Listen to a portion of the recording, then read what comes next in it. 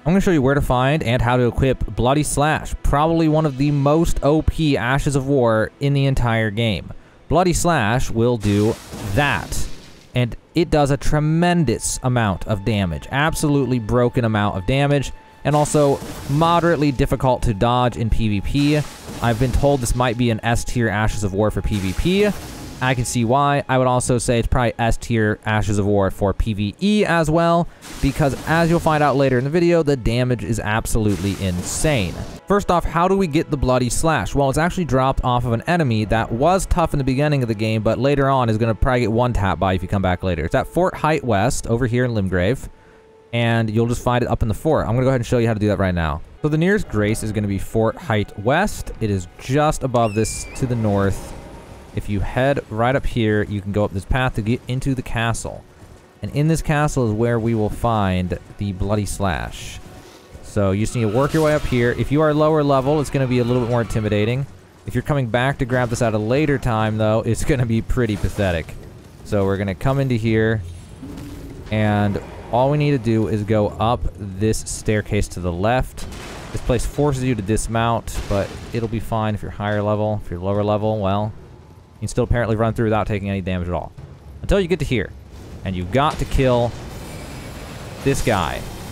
But in my case, I'm way too strong, so I one-tapped him. I got Ash of War, Bloody Slash. So that is where Bloody Slash is at. Way up here in the castle. Over in western Limgrave.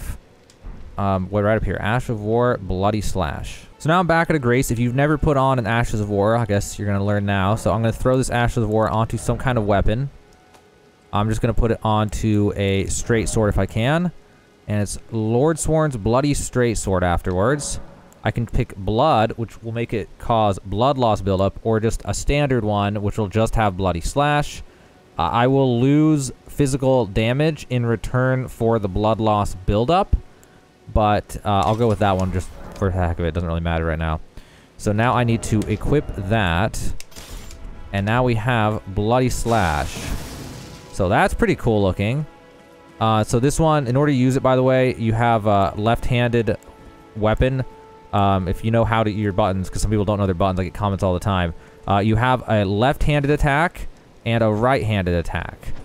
My left hand actually makes me do both with my fists. So one button will be that. One button will be a heavy left hand, in this case a kick.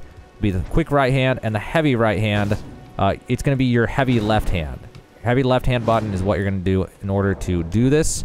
So let's go ahead and try this out on some enemies. I want to make sure that they have their attention, because we do bonus damage when they are not aggroed. So 317. It's pretty cool. Okay. Versus a normal slash doing 68. Oh, wow. That's some damage. What about the range on this? This thing's OP. Okay, so the range is kind of short. Yeah, the range is actually pretty short.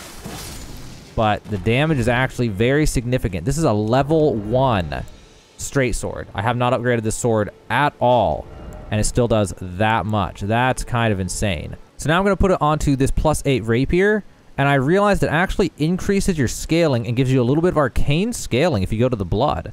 So that's an interesting trade-off that actually could pay off based on your stat distribution. So let's go ahead and try this rapier, which is going to be a lot stronger, to see how this scales.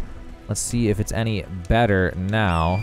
Let me run over to these guys and get their attention. Again, I don't want to catch them off guard, because then we do bonus damage, and that will nullify the whole test.